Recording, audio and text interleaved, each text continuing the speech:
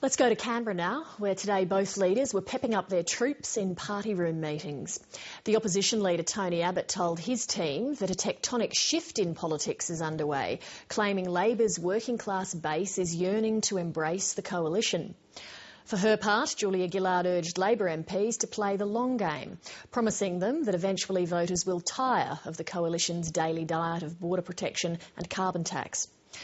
Climate change was on the agenda in Canberra again today, and Chris Ullman's standing by to interview the coalition spokesman Greg Hunt in just a moment. But first, the day in politics and the government's battle to turn the tide in the carbon tax debate.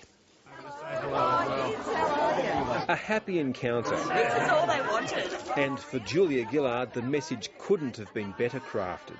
They don't understand the debate that happens in politics. They don't understand the economic debate. And when I talk to them about it, they say, but this is our future. What's going to happen to our families in 50 or 60 years' time if we don't do things immediately?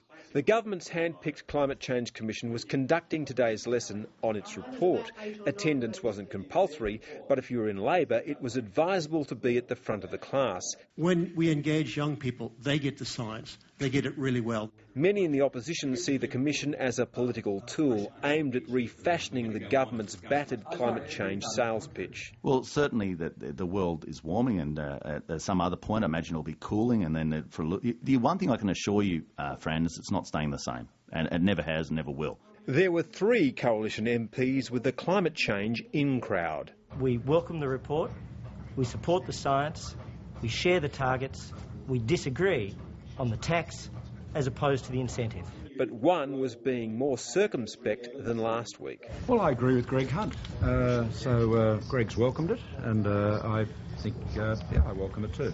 Malcolm Turnbull clung to Greg Hunt's attendance as he would a lifebuoy in a stormy sea. Like Greg Hunt, Greg and I are shoulder to shoulder on accepting the science. We absolutely agree with that, and he is the Coalition's climate policy spokesman, so we're absolutely at one. And the opposition's climate change spokesman won some small marks for attendance. And at least we should acknowledge this, that the member for Flinders has been trying to provide the Liberal Party some respectability on the climate science. But he is up against a pretty powerful group within his own side of politics of deniers on this issue. Tony Abbott told his party room today that he sensed a tectonic shift in the community, with the working class wanting to embrace the coalition. But he warned that success can be fleeting and ephemeral, and the task was to lock it in. Julia Gillard told her troops there were benefits in playing the long game, with all the hard decisions made early. She said the community wanted more from political discussion than just border protection and carbon tax, and there are always a host of issues noisily demanding attention. A cross-party alliance is concerned that Australia